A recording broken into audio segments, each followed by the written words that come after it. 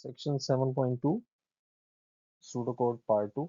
Pseudo code की जो list है उसकी ये सेकंड वीडियो है। इसके पार्ट 1 में हमने देखा था कि सूडो कोड होता क्या है, सूडो कोड क्रिएट कैसे किया जाता है, हम कैसे स्टेटमेंट से प्रॉब्लम को एनालाइज करते हैं और उसके बाद हम किस तरीके से सूडो कोड क्रिएट करते हैं। बेसिक ऑपरेशन पहले हम लोगों ने देखे थे जिसमें अर्थमेटिक ऑपरेटर्स का यूज़ कैसे करते हैं, सीक्वेंस कैसे रखते हैं, हम असाइनमेंट स्टेटमेंट को कैसे यूज़ करते हैं, वो सारे हमने पिछली वीडियोस में देखे थे। तो इसमें हम कंडीशनल ऑपरेटर्स का यूज़ देखेंगे और सिलेक्शन स्टेटमेंट जो हमारी है उन वो हम इसमें देखेंगे और कुछ एग्जांपल्स देखेंगे सिलेक्शन स्टेटमेंट काम कैसे करती हैं, वो कब और कैसे हम यूज़ करते हैं। Conditional statement condition statement can be used to select one of the given options according to the value of the variable। ये हम तब यूज करते हैं जब हम किसी कंडीशन की बेस पे डिसीजन लेते हैं कि हमने कौन सी स्टेटमेंट को एग्जीक्यूट करना है। हमारे पास चॉइसेस होती हैं तो हम कोई एक चॉइस उस सेलेक्ट करते हैं और कंडीशन की बेस के ऊपर अगर कंडीशन ट्रू है तो हमने एक काम करना है, अगर फॉल्स है तो दूसरा काम करना है। और इसकी कुछ टाइप्स हैं जो कैम्ब्रिज के सिलेबस में हम सिर्फ उन्हीं को डिस्कस करेंगे। टाइप्स में सबसे पहले if then and if statement है। Second one is if then else या इसको हम इफ एल्स भी कहते हैं। और third one is case of otherwise. तो कैम्ब्रिज के सिलेबस में हमारे पास ये तीन कंडीशनल स्टेटमेंट्स हैं, इन तीनों को डिस्कस करेंगे वन बाय वन डिटेल में। इनकी एग्जांपल्स देखेंगे, सूडो कोड में हम इनको कैसे यूज करते हैं वो देखेंगे। तो पहली कंडीशनल स्टेटमेंट है इफ देन एंड इफ। ये तीनों इसके रिजर्व वर्ड्स हैं जो कि हम इस स्टेटमेंट में यूज करते हैं। If the condition is true, the statement following then will be executed, otherwise no action will be taken। इसमें होता यह है कि हम एक कंडीशन रखते हैं, अगर कंडीशन ट्रू है तो हम कोई स्टेटमेंट या ग्रुप ऑफ स्टेटमेंट्स को एग्जीक्यूट करते हैं। अगर वो कंडीशन फॉल्स है तो वो सारी स्टेटमेंट्स इग्नोर हो जाती हैं और सूडो कोड उस इफ के ब्लॉक में इफ से लेके एंड इफ तक किसी भी स्टेटमेंट को एग्जीक्यूट नहीं करता। बाकी सूडो कोड हमारा चलता रहेगा लेकिन इफ स्टेटमेंट वाला ब्लॉक एग्जीक्यूट नहीं होगा। तो ये होता है if then and if. Use हम ये तब करते हैं जब हमारे पास सिर्फ एक ऑप्शन कि अगर कंडीशन ट्रू है तो हमने कुछ करना है। फॉर एग्जाम्पल अगर नंबर पॉजिटिव है तो आपने इसका फैक्टोरियल लेना है और नेगेटिव नंबर का फैक्टोरियल नहीं हो सकता। तो इस तरह की कोई कंडीशन है तो वहां पे फिर हम इफ देन स्टेटमेंट को यूज करते हैं। सिंटेक्स जनरल रूल किस तरीके से हम इसको लिखते हैं, सबसे पहले इफ के बाद हमारे पास कंडीशन आएगी, उसके बाद हम देन के बाद स्टेटमेंट्स लिखेंगे और उसके बाद हम इसको एंड इफ करते हैं। तो ये ब्लॉक इफ से शुरू होता है और एंड इफ पे खत्म होता है। एग्जाम्पल और इसमें उसका आउटपुट भी साथ में इसमें एक्सप्लेन करूंगा कि एग्जाम्पल सूडो कोड का आउटपुट कैसे जनरेट होगा। For example input enter a number, और ये प्रॉम्प्ट मैसेज है इनपुट स्टेटमेंट। लास्ट लेसन में पिछली वीडियो में मैंने बताया था कि इनपुट स्टेटमेंट और प्रॉम्प्ट मैसेज कैसे यूज करते हैं और नंबर जो है वो वेरिएबल है। तो आउटपुट में ये मैसेज यूजर को डिस्प्ले होगा इंटर अ नंबर, और यूजर कोई भी नंबर इंटर करेगा। लेट्स सपोज ने 5 नंबर इंटर कर दिया। अब ये जो नंबर 5 है ये वेरिएबल नंबर के अंदर स्टोर हो जाएगा। नेक्स्ट स्टेटमेंट पे आएंगे if number is greater than 0। तो अब यूजर ने जब नंबर एंटर किया और हम नेक्स्ट स्टेटमेंट पे गए तो वो कंडीशन चेक करेगा। ठीक है, कंडीशन चेक करेगा ट्रू है या फॉल्स है। नंबर 0 से ग्रेटर, इन दिस केस ये कंडीशन ट्रू है because 5 is greater than 0। Then अब ये स्टेटमेंट को एग्जीक्यूट करेगा, नंबर इज पॉजिटिव और उसको डिस्प्ले कर देगा और उसके बाद हम इसको एंड इफ कर देंगे। तो ये हमारे पास इफ देन स्टेटमेंट की एक एग्जांपल है कि किस तरीके से काम करता है। अगर कंडीशन ट्रू होगी तो स्टेटमेंट को एग्जीक्यूट करेंगे। अगर यहाँ पे यूजर अगर नेगेटिव नंबर एंटर करता है कोई भी, तो इन दैट केस वो स्टेटमेंट एग्जीक्यूट नहीं होती। इससे पहले हमने कंडीशन स्टेटमेंट देखी थी, वो इफ स्टेटमेंट थी। वो हम तब यूज करते हैं जब हमारे पास सिर्फ एक ऑप्शन हो। अगर कंडीशन ट्रू है तो हमने कोई एक्शन परफॉर्म करना है, फॉल्स के केस में हमने कुछ भी नहीं करना। इन दैट केस हम इफ स्टेटमेंट यूज करते हैं। But most of the times हमारे पास दो ऑप्शंस होती हैं। अगर कंडीशन ट्रू है तो आपने एक स्टेप लेना है, अगर फॉल्स है तो आपने कुछ कोई और स्टेप लेना है। तो ऐसे केस में हम इफ देन एल्स स्टेटमेंट को यूज करते हैं। So if then else statement में आपका दो ऑप्शंस है। If the condition is true the statement followed by then will be executed. तो अगर कंडीशन ट्रू है तो देन के बाद जितनी भी स्टेटमेंट्स लिखेंगे वो सारी की सारी एग्जीक्यूट होगी। Otherwise the statement followed bye else will be executed. अगर कंडीशन फॉल्स है तो एल्स के बाद जो स्टेटमेंट्स लिखी हैं वो वाली एग्जीक्यूट होती है। इसकी जनरल फॉर्म में सिंटेक्स देखते हैं। सबसे पहले आप इफ के बाद कंडीशन लिखेंगे। कंडीशन यूजुअली हम ब्रैकेट में लिखते हैं। देन के बाद आप स्टेटमेंट वन, कोई भी स्टेटमेंट जो भी है वो आप उसमें लिखेंगे। तो अगर ये कंडीशन ट्रू है, if this condition is true, तो इन दैट केस हम स्टेटमेंट वन को एग्जीक्यूट करेंगे। और अगर ये कंडीशन हमारी फॉल्स होती है तो इन दैट केस हम एल्स स्टेटमेंट को एग्जीक्यूट करेंगे। तो सारा कुछ हमारा इस कंडीशन के ऊपर डिपेंडेंट है और हम इस कंडीशन की बेस पे हम सारे के सारे एक्शंस परफॉर्म करते हैं। अगर ट्रू है तो आप इस देन स्टेटमेंट को एग्जीक्यूट करेंगे, अगर फॉल्स है तो आप एल्स स्टेटमेंट को एग्जीक्यूट करेंगे। और जहां पे आपने इफ स्ट्रक्चर को खत्म करना है वहां पे आप एंड इफ यूज करेंगे। तो ये इसकी एक जनरल फॉर्म है। अभी इसकी एग्जांपल्स देखते हैं। ये एक सिंपल सी एग्जांपल है और साथ मैंने उसका आउटपुट डिस्प्ले किया है। इंटर अ नंबर, यूजर से हम वैल्यू लेंगे और ये वाला प्रॉम्प्ट मैसेज जो है, this is your prompt message, और ये प्रॉम्प्ट मैसेज आपका इसमें डिस्प्ले हो जाएगा। ठीक है, ये प्रॉम्प्ट मैसेज आपका डिस्प्ले होगा आउटपुट के ऊपर। इंटर नंबर, ये मैसेज डिस्प्ले होगा। तो बेसिकली हम यूजर से को कह रहे हैं कि वो नंबर इंटर करे, तो यूजर कोई भी नंबर इंटर कर देगा। फॉर एग्जाम्पल यूजर ने 5 नंबर इंटर किया। नाउ ये 5, अब हम इस वैल्यू को कंपेयर करेंगे। यूजर ने 5 नंबर एंटर किया, ये नंबर जो नंबर 5 है ये वेरिएबल को असाइन हो जाएगा, विच इज नंबर हमने यूज किया। So if number is greater than 0, condition हम चेक करेंगे कि ट्रू है या फॉल्स है। If condition is true then number is positive. अब इन दिस केस हमारा ये नंबर पॉजिटिव है, 5 is greater than 0, condition true है हमारी। तो हम देन वाली स्टेटमेंट को एग्जीक्यूट करेंगे, प्रिंट नंबर इज पॉजिटिव। तो आपकी ये स्टेटमेंट एग्जीक्यूट हो जाएगी और एल्स वाले को हम इग्नोर कर देंगे और एंड इफ करने के बाद हमारा ये सूडो कोड खत्म हो जाएगा। अब इसमें हम एक दूसरी एग्जांपल देखते हैं और उसमें हम देखेंगे कि अगर यूजर नेगेटिव नंबर एंटर करता है तो फिर ये कैसे काम करेगी। Now output, inter a number, again user से हम एक नंबर लेंगे विच इज -9, या इन दिस केस यूजर ने -9 एंटर किया। अब हम कंडीशन चेक करेंगे, कंडीशन ट्रू है या फॉल्स है। नाउ इन दिस केस हमारी जो कंडीशन है ये फॉल्स है।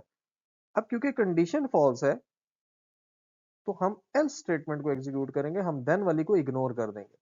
सो ये हमारे पास इफ देन एल्स ऐसे काम करती है। कंडीशन ट्रू है तो देन के बाद जो स्टेटमेंट है उसको एग्जीक्यूट करेंगे और अगर फॉल्स है तो एल्स के बाद जो स्टेटमेंट है उसको एग्जीक्यूट करेंगे। तो ये वाली स्टेटमेंट जब एग्जीक्यूट होगी, नंबर इज नेगेटिव, ये मैसेज आपका डिस्प्ले हो जाएगा और ये आपका सूडो कोड एंड हो जाएगा। सो इस तरीके से हमारी इफ देन एल्स स्टेटमेंट काम करती है।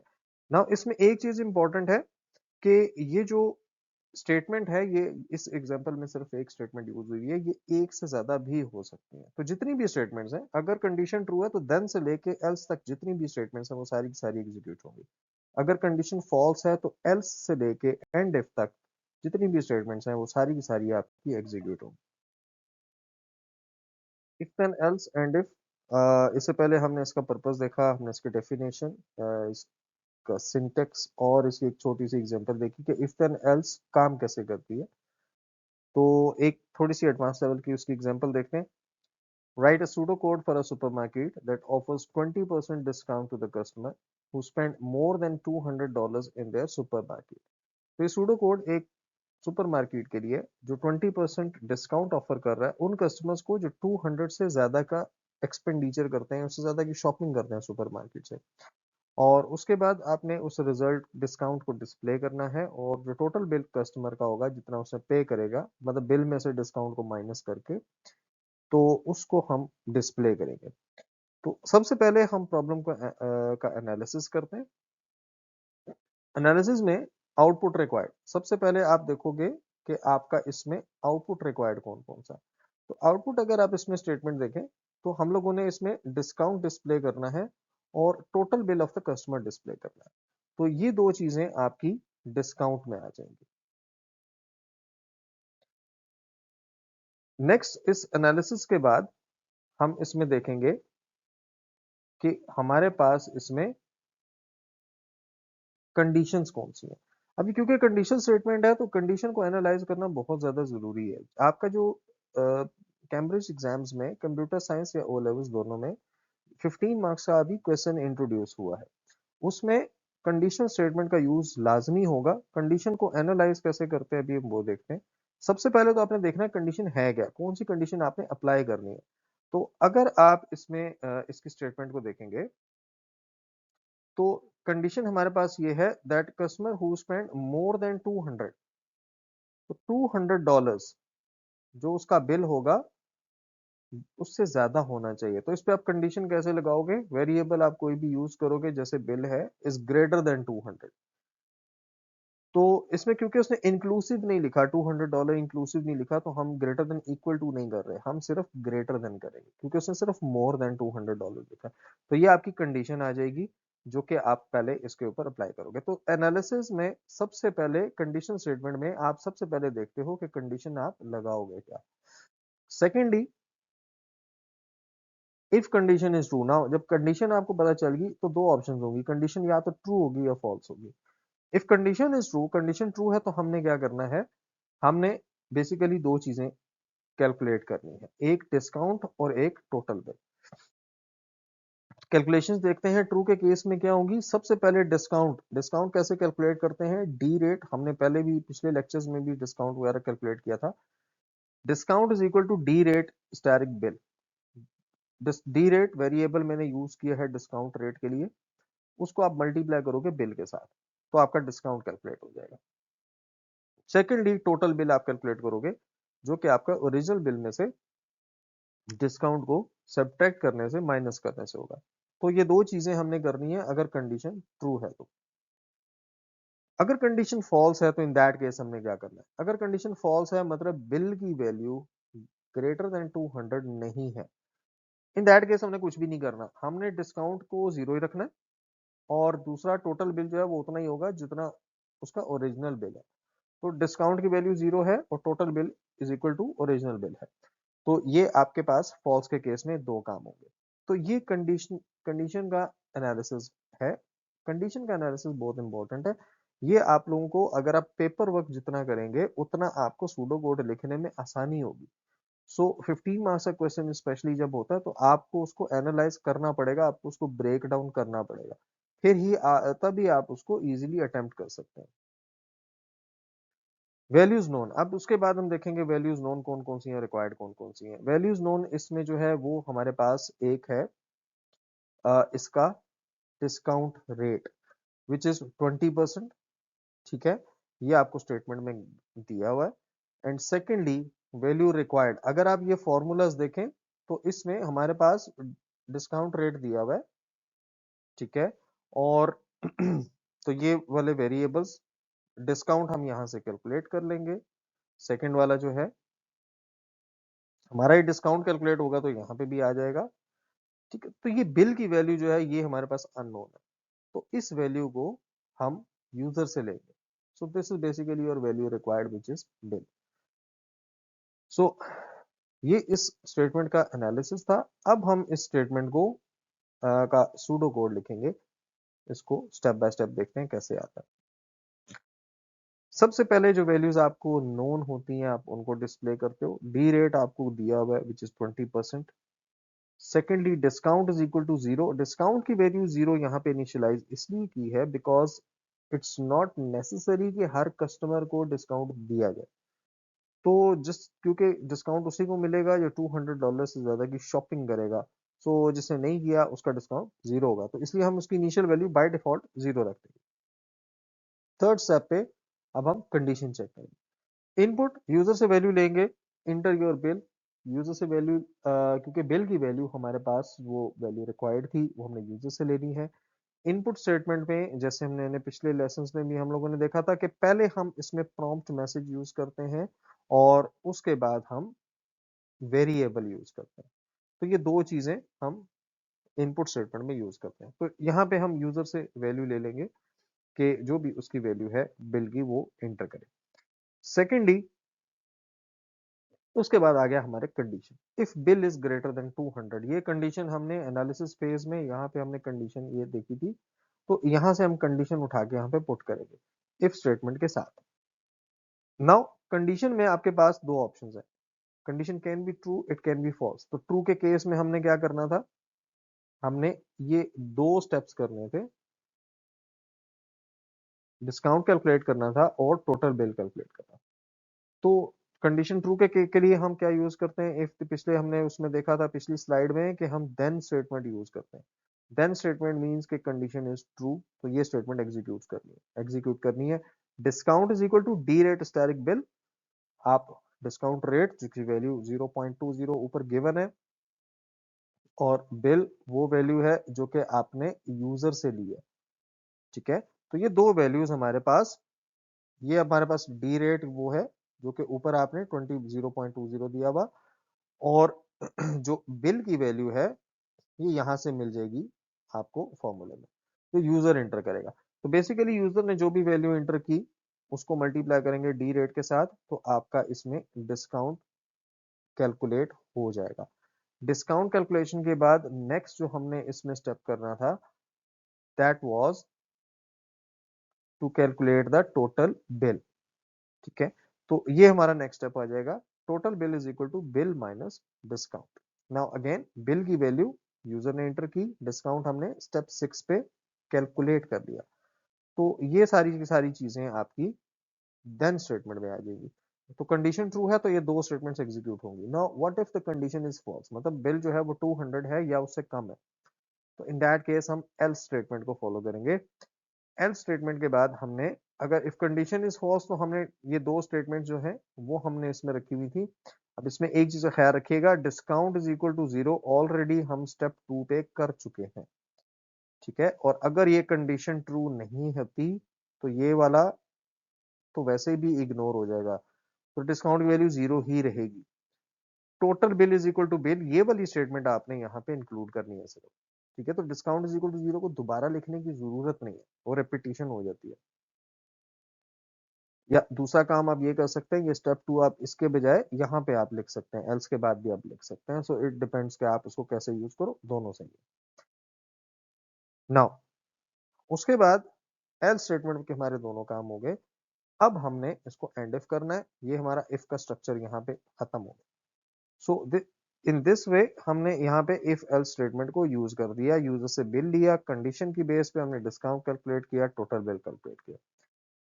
अब हमने इसको डिस्प्ले करना है, so print discount is equal to discount. ये मैसेज आपका अगेन प्रॉम्प्ट मैसेज है, वेरिएबल है, दोनों आपके इसमें डिस्प्ले हो रहे हैं।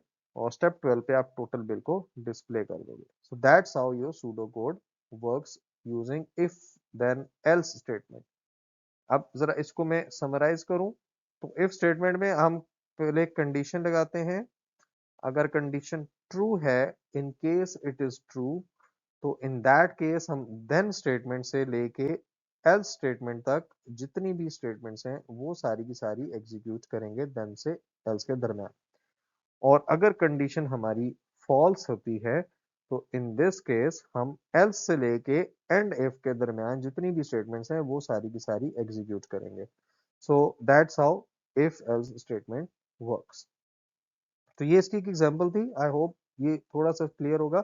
अब इसका आउटपुट कैसे जनरेट होगा इसी सूडो कोड का, वो हम नेक्स्ट स्लाइड में देखें। क्योंकि इस सूडो कोड को मैंने दो पार्ट्स में डिवाइड किया है। हम पहले ये देखेंगे इफ देन स्टेटमेंट ट्रू के केस में अगर कंडीशन ट्रू है तो कैसे काम करेगी, और फॉल्स के केस में कैसे काम करेगी। साथ इसका ट्रेस टेबल है जो कि जिसमें इसकी वैल्यूज भी डिस्प्ले होती रहेंगी, कि जैसे जैसे आपका सूडो कोड काम करता है तो वेरिएबल्स की वैल्यू कैसे चेंज होती है वो भी हम इसमें साथ देखेंगे। तो फर्स्ट स्टेप पे D rate is equal to 20। D rate discount rate के लिए था, वेरिएबल मैंने यूज किया है जिसकी वैल्यू 20% हमें गिवन थी, तो मैंने 0.2 इसमें रख दिया। तो फर्स्ट स्टेटमेंट जैसे ही एग्जीक्यूट होगी तो डी रेट की वैल्यू आपके पास 0.2 यहाँ पे स्टोर हो जाएगी। सेकंड स्टेप पे डिस्काउंट इज इक्वल टू 0, तो डिस्काउंट की वैल्यू हमारे पास यहाँ पे 0 डिस्प्ले हो जाएगी। थर्ड स्टेप पे input enter your bill. Now क्योंकि ये प्रॉम्प्ट मैसेज है तो ये आउटपुट में डिस्प्ले होगा, ये स्क्रीन के ऊपर डिस्प्ले होगा, इंटर योर बिल, और यूजर यहाँ पे आपकी प्रोसेसिंग रुक जाती है इनपुट स्टेटमेंट में। जब तक यूजर वैल्यू इंटर नहीं करता तब तक आगे प्रोग्राम नहीं चलता। तो यहाँ पे यूजर वैल्यू इंटर करेगा। लेट्स सपोज यूजर का बिल जो था वो 250 था, ये 250 वैल्यू यहाँ पे इंटर होगी। थर्ड, तो जब आप वैल्यू इंटर करेंगे तो ये वैल्यू असाइन होगी बिल को, क्योंकि देखें इनपुट स्टेटमेंट में आपने जो वेरिएबल यूज किया, इनपुट स्टेटमेंट में आपने जो भी वेरिएबल यूज किया है उसी वेरिएबल को ये वैल्यू असाइन होगी। ठीक है, यूजर ने वैल्यू इंटर की, वो इस वेरिएबल को असाइन होगी 250। सो इनपुट स्टेटमेंट होगी, हमने यूजर से उसका बिल ले लिया, उसकी वैल्यू ले ली। फोर्थ स्टेप पे अब हम कंडीशन चेक करेंगे। If bill is greater than 200, तो हम कंडीशन चेक करेंगे। अब अगर यहाँ पे देखें बिल की वैल्यू 250 है, इसको आप मैच करोगे ग्रेटर देन 200 से, चेक करना है आपने 200 से ग्रेटर है या नहीं है। सो इन दिस केस कंडीशन हमारी ट्रू है, बिकॉज 250 इज ग्रेटर देन 200। तो इफ देन एल्स में जब कंडीशन ट्रू होती है तो देन स्टेटमेंट के बाद कंडीशन आपने चेक कर ली, देन स्टेटमेंट आप इसमें देखेंगे, अब ये एग्जीक्यूट हो रही है। Discount rate is equal to D rate static bill. तो यहां पे अब आपने दो वैल्यूज को मल्टीप्लाई करना है, डी रेट और बिल, इन दोनों को आपने मल्टीप्लाई करना है। तो आपके पास जो रिजल्ट जनरेट होगा दैट इज बेसिकली 50। आप इन दोनों को मल्टीप्लाई करें तो हमारे पास 50 जनरेट होता है, और ये वैल्यू डिस्काउंट को असाइन हो जाएगी। That total bill is equal to bill minus discount. अब आपने बिल में से बिल की जो हमारे पास इसमें वैल्यू है विच इज 250, इसमें से आपने डिस्काउंट को माइनस कर देना। तो ये जब आप सब्ट्रैक्शन करेंगे तो जो भी रिजल्ट आएगा उसको आप टोटल बिल के अंदर स्टोर करोगे, विच इज 200। ठीक है, so if statement condition true है, अच्छा यहाँ पे अब एल स्टार्ट हो गया, तो इसका मतलब आपने कंडीशन ट्रू के केस में जो भी काम करना था वो आपने कर लिया। तो ये तीन स्टेट देन और एल्स के दरमियान जो दो स्टेटमेंट्स हैं वो दोनों के दोनों एग्जीक्यूट होगी। क्योंकि कंडीशन फॉल्स है तो एल्स वाला सारा पार्ट इग्नोर हो जाएगा, एल्स से लेके एंड इफ तक जो भी आपने लिखा वो एग्जीक्यूट नहीं होगा।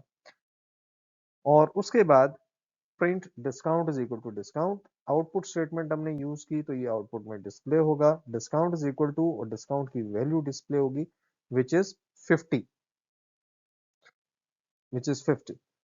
और उसके बाद नेक्स्ट स्टेटमेंट पे जब हम जाएंगे, total bill is equal to total bill, तो अगेन यहाँ पे हमारे पास total bill equal to prompt message है, और टोटल बिल की जो वैल्यू है वो विच इज 200। तो ये मैसेज आपका डिस्प्ले हो जाएगा, total bill is equal to 200। तो इस तरीके से स्टेटमेंट काम करती है जब कंडीशन ट्रू है। तो in case of the condition is true, तो हमारे पास ये जो बोल्ड में आपकी स्टेटमेंट्स हैं स्टेप 5 और 6, 6 एंड 7, ये आपके एग्जीक्यूट होंगे। तो अगर कंडीशन और फॉल्स है तो फिर हम एल्स वाले को एग्जीक्यूट करेंगे। फॉल्स वाली में ये कैसे काम करता है वो हम नेक्स्ट स्लाइड में देखते हैं। सेम सूडो कोड में हम कोई ऐसी वैल्यू इंटर करेंगे जिसमें कंडीशन फॉल्स है, फिर हम देखेंगे सूडो कोड काम कैसे करता है। Okay, इससे पहले हमने ट्रू कंडीशन के केस में इफ देन एल्स स्टेटमेंट कैसे काम करती है वो देखा। अभी हम सेम सूडो कोड को रन करेंगे विद द फॉल्स कंडीशन। तो step 1, discount rate D rate is equal to 0.20, तो ये वैल्यू आपकी असाइन हो जाएगी डी रेट वेरिएबल को which is 0.2। Second step, discount is equal to 0, तो डिस्काउंट वेरिएबल को हमने इनिशियलाइज किया 0 के साथ, तो इसकी वैल्यू यहाँ पे 0 हो जाएगी। Third step, input enter your bill, तो अगेन प्रॉम्प्ट मैसेज है विद वेरिएबल नेम, तो प्रॉम्प्ट मैसेज आपका डिस्प्ले होगा और यूजर जो भी वैल्यू इंटर करेगा 150 वो वेरिएबल बिल को असाइन होगी, जैसे मैंने पिछली स्लाइड में आप लोगों को बताया।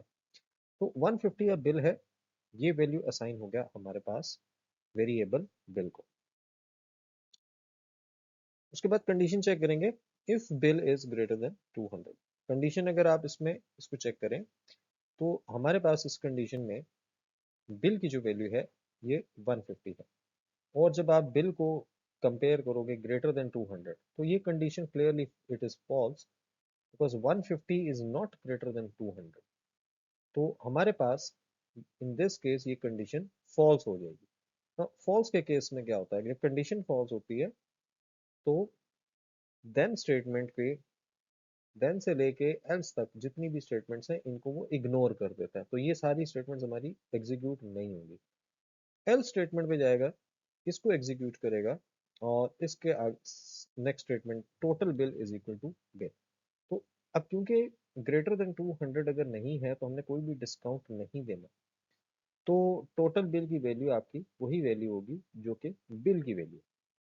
सो इन दिस केस अगर आप बिल की वैल्यू देखें तो वो हमारे पास है 150। तो यही वैल्यू हम टोटल बिल को असाइन कर देंगे इन दिस वे। तो हमारे पास अब यहाँ पे टोटल बिल कैलकुलेट हो गया, और डिस्काउंट भी हमारे पास जीरो ही है। एंड इफ करेंगे और उसके बाद हम इनको डिस्प्ले करते हैं। Now discount is equal to discount, prompt message के साथ डिस्काउंट की वैल्यू डिस्प्ले करेंगे, और उसके बाद total bill is equal to total bill, again prompt message के साथ टोटल बिल की वैल्यू डिस्प्ले करेंगे विच इज 150। तो इस तरीके से फॉल्स के केक इसमें ये एग्जीक्यूट करेगा कि अगर कंडीशन फॉल्स है तो डायरेक्टली कंट्रोल जंप करके एल्स स्टेटमेंट पे चला जाता है, देन से लेके से आगे जितनी भी स्टेटमेंट्स उन्हें इग्नोर करेगा, डायरेक्ट जंप करके एल्स स्टेटमेंट पे जाएगा। So that's how if statements work with false condition. Okay, third condition statement है हमारे पास केस ऑफ अदरवाइज। और इससे पहले हमने दो देखी, इफ स्टेटमेंट देखी, जो अगर सिर्फ एक हमारे पास सिनेरियो हो, कंडीशन ट्रू के केस में अगर कुछ करना हो तो हम इफ स्टेटमेंट यूज करते हैं। अगर दो ऑप्शंस हो ट्रू और फॉल्स तो फिर हम इफ एल्स यूज करते हैं। अगर मल्टीपल चॉइस है तो फिर हम केस ऑफ अदरवाइज यूज करते हैं। For case condition the value of the variable decides the part to be taken. तो इसमें हम कोई कंडीशनल ऑपरेटर वगैरह यूज नहीं करते, इसमें हम एक वेरिएबल यूज करते हैं और उसकी वैल्यू पे डिपेंड करता है कि आपने कौन सी स्टेटमेंट को एग्जीक्यूट करना है। Several values are usually specified. इसमें वैल्यू को आप, वेरिएबल की वैल्यू को आप स्पेसिफाई करना पड़ता है, 1 2 3 4 या ABCD। Otherwise is the path taken for all other values. तो कुछ वैल्यूज आप स्पेसिफाई करेंगे, आप उसके अलावा अगर कोई वैल्यू है तो फिर आप अदरवाइज वाला पाथ जो है वो माइक्रो प्रोसेसर चूज करता है। तो इसकी एग्जांपल देखते हैं, आपको थोड़ा सा और क्लियर हो जाएगा। End of the statement is shown by the end case. तो जहां पे आपकी स्टेटमेंट एंड आपने करनी है, खत्म करनी है, वहां पे आप एंड केस यूज करते हैं। तो ये तो इसकी बेसिक स्टेटमेंट्स हैं, केस, अदरवाइज, एंड केस। तो ये उनकी डिस्क्रिप्शन है थोड़ी सी। आगे हम इसकी एग्जांपल देखते हैं। अब ये एक इसकी एग्जांपल है सूडो कोड की। num1 is equal to 4, num2 is equal to 5। दो वेरिएबल्स हमारे यहाँ पे इसमें यूज हुए हैं। और उसके बाद इनपुट, इंटर योर चॉइस। ये चॉइस, हम इनपुट स्टेटमेंट हम यूजर से वैल्यू लेंगे और जो भी वैल्यू वो एंटर करेगा चॉइस वेरिएबल में स्टोर होगी। Case choice of. अब देखें केस के बाद वेरिएबल नेम लिखा हुआ है। Now this is your variable name, और इस वेरिएबल नेम की बेस पे ही हम डिसीजन लेंगे। अब इसकी वैल्यू यूजर एंटर करेगा। अगर यूजर ने 1 एंटर किया, अब यूजर ये वैल्यूज एंटर कर सकता है 1 2 3 एंड 4। अगर 1 एंटर करेगा तो नंबर्स को ऐड कर देंगे, अगर 2 एंटर करेगा तो सब्ट्रैक्ट कर देंगे, 3 एंटर करेगा तो हम उसको मल्टीप्लाई, और अगर 4 करेगा तो डिवाइड। अगर यूजर 1 2 3 4 के अलावा कोई भी वैल्यू एंटर करता है तो इन दैट केस हम अदरवाइज स्टेटमेंट पे जाते हैं, और अदरवाइज पे ये मैसेज डिस्प्ले होगा, please enter a valid choice. It means कि यूजर ने वैलिड वैल्यू एंटर नहीं की। अदरवाइज हम यूज इसीलिए करते हैं कि अगर यूजर कोई इनवैलिड वैल्यू इंटर कर देता है तो फिर हम उसको एक एरर मैसेज डिस्प्ले करें, और उसके बाद हम ये वैल्यू को डिस्प्ले कर देंगे print answer. So that's how pseudo code works. ये उसकी एक एग्जांपल है। नेक्स्ट स्लाइड में देखते हैं कि ये काम कैसे करेगी। अब जो सूडो कोड हमने लास्ट स्लाइड में देखा था केस ऑफ अदरवाइज का, अभी उसका ट्रेस टेबल देखते हैं किस तरीके से काम करेगा, और उसका आउटपुट देखेंगे कैसे बनेगा। num1 is equal to 4, num2 is equal to 5। ये दो वैल्यूज बस जहन में रखिएगा, सामने लिखी हुई है। num1 की वैल्यू 4 है, num2 की वैल्यू 5 है। फॉर सिंप्लिसिटी मैंने वैल्यूज खुद से असाइन कर दी हैं, यूजर से वैल्यू नहीं ली, मैंने दो वैल्यूज ले ली। Now input enter your choice. अब ये मैसेज यूजर को डिस्प्ले होगा, प्रॉम्प्ट मैसेज है, और यूजर जो भी वैल्यू एंटर करेगा वो चॉइस वेरिएबल को असाइन हो जाएगा। नाउ केस चॉइस ऑफ, यहाँ पे अब उसने मैच करनी है वैल्यू कि यूजर ने वैल्यू कौन सी इंटर की है। हमारे पास ऑप्शंस कौन कौन सी हैं, 1 2 3 4 एंड अदरवाइज। तो अब इनमें से केस स्टेटमेंट में ये होता है कि वो डायरेक्टली आपकी उस स्टेटमेंट पे जाता है जिसके साथ ये वैल्यू मैच हो रही है। फॉर एग्जाम्पल यूजर ने 3 एंटर किया तो डायरेक्टली वो केस 3 पे जाएगा, सिर्फ केस 3 वाली स्टेटमेंट जो है वही वो एग्जीक्यूट करेगा, बाकी सारी की सारी स्टेटमेंट्स वो ऑटोमेटिकली इग्नोर कर देता है। सो that's how case choice of works. And case, और उसके बाद ये इसको प्रिंट आंसर, ये रिजल्ट को डिस्प्ले कर देगा। तो इसका फायदा ये है कि आप एक एक तो मल्टीपल चॉइसेस हैं आपके पास, दूसरा ये कि थोड़ा सा इजी है, आपको कंडीशंस नहीं लिखनी पड़ती कि if choice is equal to 1, if choice is equal to 2, आपको मल्टीपल कंडीशंस नहीं लिखनी पड़ती। और तो ये थोड़ा ज्यादा सिंपल है। और दूसरा इसमें कंपाइलर का टाइम बचता है, माइक्रो प्रोसेसर का टाइम बचता है कि उसको एक एक कंडीशन टेस्ट नहीं करनी पड़ती, वो डायरेक्टली जंप करता है जिस भी केस के साथ वो उसकी वैल्यू मैच हो रही है। सो थोड़ा सा एफिशिएंट है प्रोसेसिंग में, तो इसलिए हम केस ऑफ अदरवाइज को प्रेफर करते हैं जब आपके पास मल्टीपल चॉइसेस होती हैं। ओके, केस ऑफ अदरवाइज से रिलेटेड आमतौर पे क्वेश्चंस बहुत कम आए हुए हैं पास्ट पेपर क्वेश्चंस में कैम्ब्रिज के। थ्योरी के क्वेश्चन थोड़े से ज्यादा आते हैं, तो इससे कुछ क्वेश्चन से रिलेटेड हैं। अब हम जरा इसकी थ्योरी डिस्कस कर लेते हैं ताकि आपकी एग्जाम की प्रिपरेशन थ्योरी के पॉइंट ऑफ व्यू से भी होती रहे साथ साथ। एक जो कॉमन क्वेश्चन है, why we prefer case of otherwise statement, कि हमारे पास इफ स्टेटमेंट है, हमारे पास इफ एल्स है, और हम मल्टीपल इफ स्टेटमेंट्स भी यूज कर सकते हैं, तो हम केस ऑफ अदरवाइज को क्यों यूज करेंगे, प्रेफर कब करेंगे। It can B use for several values more easily, जब आपके पास ज्यादा वैल्यूज हो तो अब आप इसको इजीली यूज कर सकते हैं। जब आपके पास मल्टीपल वैल्यूज हैं, इन दैट केस आप इसको इजीली यूज कर सकते हैं। सो ये तो इसका पहली प्रेफरेंस है। Secondly, it is more compact than lot of nested if then else statements. तो ये कंपैक्ट, ये आपका कोड जो है वो शॉर्ट हो जाता है, आपको ज्यादा कोड नहीं लिखना पड़ता, बार बार कंडीशन नहीं लिखनी पड़ती, आप सिर्फ वेरिएबल की वैल्यू लिखते हो 1 2 3 4 या ABCD। It is more readable, देखने में इसको it is easy to read, ये इजीली समझ आ जाता है pseudo code, because again pseudo code is a paper work, ये प्रोग्रामिंग नहीं है।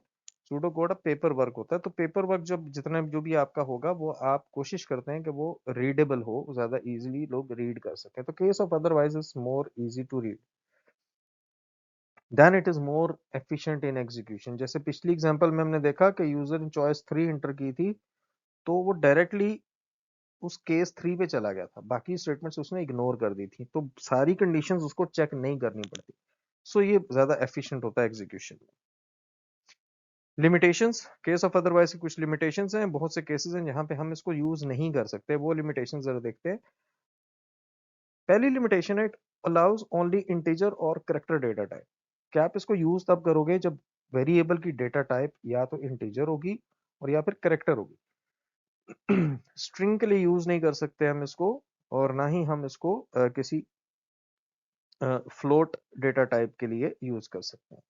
जहाँ पे या रियल डेटा टाइप के लिए आप इसको यूज नहीं कर सकते, जहाँ पॉइंट्स पे वैल्यू होगी वहां पे नहीं यूज कर सकेंगे आप इसको। Secondly, conditional operators can not be use. Conditional operators हम लोगों ने देखे थे, less than, greater than, equal to, इस तरह के ऑपरेटर्स आप इसमें यूज नहीं कर सकते। और क्योंकि वैल्यू एग्जैक्ट मैच होगी तो केस ऑफ अदरवाइज काम करेगा, एग्जैक्ट मैच नहीं होती, ग्रेटर है, लेस देन है, तो फिर ये काम नहीं करता। तो ये इसकी कुछ लिमिटेशन है। तो ये थ्योरेटिकल पॉइंट ऑफ व्यू से इसके कुछ कॉन्सेप्ट्स थे, वो यहाँ पे हमने डिस्कस किए। नेक्स्ट अगेन एक थ्योरेटिकल क्वेश्चन आता है, दैट इज डिफरेंस क्या है इस स्टेटमेंट में और केस ऑफ अदरवाइज में। If then else and case of otherwise, इनमें डिफरेंस जरा देख लेते हैं। तो ये इसके कुछ डिफरेंसेस हैं। If then else it becomes more complicated for multiple selection. जब आपके पास मल्टीपल सिलेक्शंस होंगी तो आपको बार बार इफ स्टेटमेंट यूज करनी पड़ जाएगी। तो वो उसको कॉम्प्लिकेट कर देगा, वो आपका जो सूडो कोड है वो कॉम्प्लिकेटेड होता जाएगा। लेकिन सेम केस में अगर आप केस ऑफ अदरवाइज यूज करते हो तो वो आपका कंपैरेटिवली ज्यादा इजी है। तो ये इसका फर्स्ट डिफरेंस है। Second, the control goes through every statement until it finds true value of the statement. जो कंट्रोल की बात हो रही है, माइक्रो प्रोसेसर के कंट्रोल की बात हो रही है। कंट्रोल यूनिट जैसे हम पेपर वन में हम लोगों ने देखा था, गोज थ्रू एवरी स्टेटमेंट। इसमें कंट्रोल यूनिट आपके हर स्टेटमेंट को चेक करेगा, कंडीशन चेक करेगा, ट्रू है तो एग्जीक्यूट करेगा, फॉल्स है तो नेक्स्ट स्टेटमेंट पे जाता जाएगा। तो ये मल्टीपल आपकी एग्जीक्यूशन होती रहती है। लेकिन इन केस ऑफ अदरवाइज के केस में वो डायरेक्टली जंप करता है करस्पॉन्डिंग केस पे। जैसे पिछली एग्जांपल में वो डायरेक्टली जंप कर गया था थर्ड केस पे जो वैल्यू उसके साथ मैच हुई थी। तो आपका इसमें प्रोग्राम ज्यादा एफिशिएंट होता है। तो ये पॉइंट टू की वजह से ही पॉइंट थ्री भी बनता है। ये स्लोअर इन परफॉर्मेंस है आपकी परफॉर्मेंस, क्योंकि उसको बार बार हर स्टेटमेंट को चेक करना पड़ रहा है, तो उसकी परफॉर्मेंस स्लो होती जाती है। और लेकिन केस ऑफ अदरवाइज के केस में उसकी परफॉर्मेंस फास्ट होती है। तो ये अभी तक अगर आप देखें तो केस ऑफ अदरवाइज आपको ज्यादा प्रेफरेबल लग रहा होगा। लेकिन इफ एल्स में का एडवांटेज ये है कि it is used for every data type, it works for every data type. जो भी आप डेटा टाइप यूज करना चाहो आप इफ देन एल्स में यूज कर सकते हो। लेकिन केस ऑफ अदरवाइज में आप सिर्फ इंटीजर यूज करोगे या फिर आप करेक्टर डेटा टाइप यूज करोगे, इसके अलावा कोई डेटा टाइप आप यूज नहीं कर सकते। Conditional operators can be used, और इसमें आप conditional operator less than greater then use कर सकते हैं। केस ऑफ अदरवाइज में आप कंडीशनल ऑपरेटर्स को यूज नहीं कर सकते। सो ये इसके कुछ डिफरेंसेस थे। डिफरेंस का क्वेश्चन आपका अप टू 4 मार्क्स का आ सकता है। दो डिफरेंस एक्सप्लेन करने होते हैं 4 मार्क्स में। और तो इस चीज लिए आप लोगों ने इसके डिफरेंसेस कोशिश कीजिएगा कम से कम आपको 4 डिफरेंस आते हो, और 5 मैंने लिखे हैं। जो आपको इजी लगे वो आप इसमें इसको याद कर सकते हैं, इसकी प्रैक्टिस कर सकते हैं। इस लेसन में हमने कंडीशनल ऑपरेटर्स को डिस्कस किया, और कंडीशनल ऑपरेटर की 3 टाइप्स जो थी वो हमने डिस्कस की, जिसमें इफ स्टेटमेंट थी, इफ एल्स स्टेटमेंट थी, और केस ऑफ अदरवाइज था। उनके हमने एक एक एग्जांपल देखी, और इनकी हम और एग्जांपल्स भी करेंगे अब आखिर में, जब हम इसके जो बेसिक कॉन्सेप्ट्स हैं उनके बाद पे हमारी ये सारी स्टेटमेंट्स यूज होंगी बार बार। केस ऑफ अदरवाइज बहुत रेयर यूज होती है, इसकी कोई पास पेपर क्वेश्चंस में भी शायद एक आध ट्रेस टेबल में क्वेश्चन आया हुआ है। अदरवाइज केस ऑफ अदरवाइज से रिलेटेड वो आपका यूज नहीं होता। 15 मार्क्स से जो क्वेश्चन है उसमें भी आपकी इफ स्टेटमेंट और if else statement he use होती है। तो उसकी हम ज्यादा प्रैक्टिस करेंगे आगे, इनको फर्दर हम और डिटेल में इसकी एग्जांपल्स और भी आएंगी। और जो लूप का हमारा टॉपिक है उसमें भी इनको हम मर्ज करेंगे, तो आपकी इसकी और ज्यादा प्रैक्टिस हो जाएगी। आई होप सब कुछ आपको लोगों को क्लियर होगा। इन केस कोई और टॉपिक इससे रिलेटेड कोई एग्जांपल अगर आपको आप लोगों को के जहन में है तो आप कमेंट सेक्शन में मुझे बता सकते हैं। तो उस एग्जाम्पल को भी हम किसी भी वीडियो में डिस्कस कर लेंगे। Thank you.